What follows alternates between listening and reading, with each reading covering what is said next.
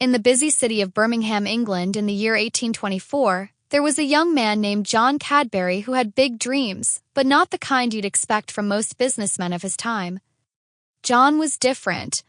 He didn't just want to earn money. He wanted to make a difference in people's lives. John was a Quaker, part of a religious group known for their honesty, kindness, and belief in doing good. Because Quakers weren't allowed to attend universities or take important government jobs in those days, many of them became entrepreneurs. John chose to open a small shop on Bull Street in Birmingham. But instead of selling alcohol like many other shops, he sold tea, coffee, and cocoa drinks.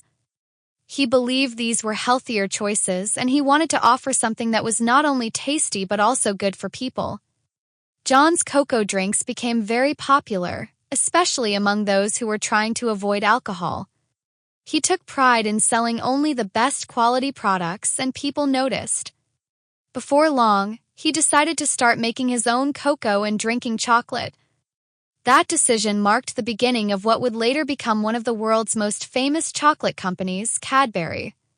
But it wasn't an easy journey. Making chocolate in the early 1800s was hard work. Cocoa beans were tough to process, and the equipment was basic. Still, John never gave up. His products became well-loved, and in 1831, he officially turned his small business into a chocolate factory. Years later, John passed the company to his sons, Richard and George Cadbury. These two brothers were passionate, smart, and shared their father's values. They didn't just want to sell chocolate, they wanted to make it better than ever before.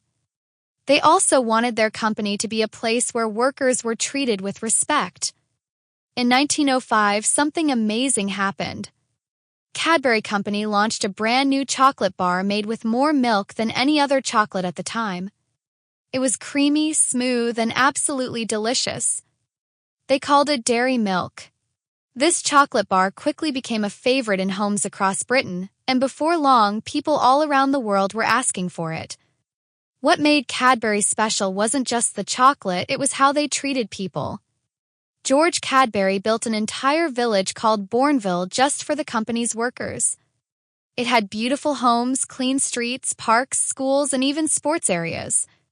While many factories at the time were dirty and unsafe, Bourneville was a place where families could live happily and healthily. George believed that if you cared for your workers, they would care about their work, and he was right. As Cadbury grew, it stayed true to its roots. Even during difficult times like World War I and II, the company continued to support its workers and communities. In fact, during World War II, chocolate was rationed, but Cadbury still made sure its workers had access to treats, and it helped provide food and aid where it could. Over the years, Dairy Milk became more than just a chocolate bar, it became a symbol of joy. Its famous purple wrapper, the slogan "a glass and a half of milk," and heartwarming advertisements helped it stand out from every other chocolate on the shelf. Eventually, in 2010, Cadbury was bought by an American company, Kraft Foods. Some people were worried the brand might lose its charm, but Dairy Milk remained as popular as ever, still made in the UK and still loved by millions. From a small shop selling cocoa drinks to becoming one of the most famous names in chocolate, the Cadbury story is a reminder that kindness, creativity, and staying true to your values can lead to incredible success.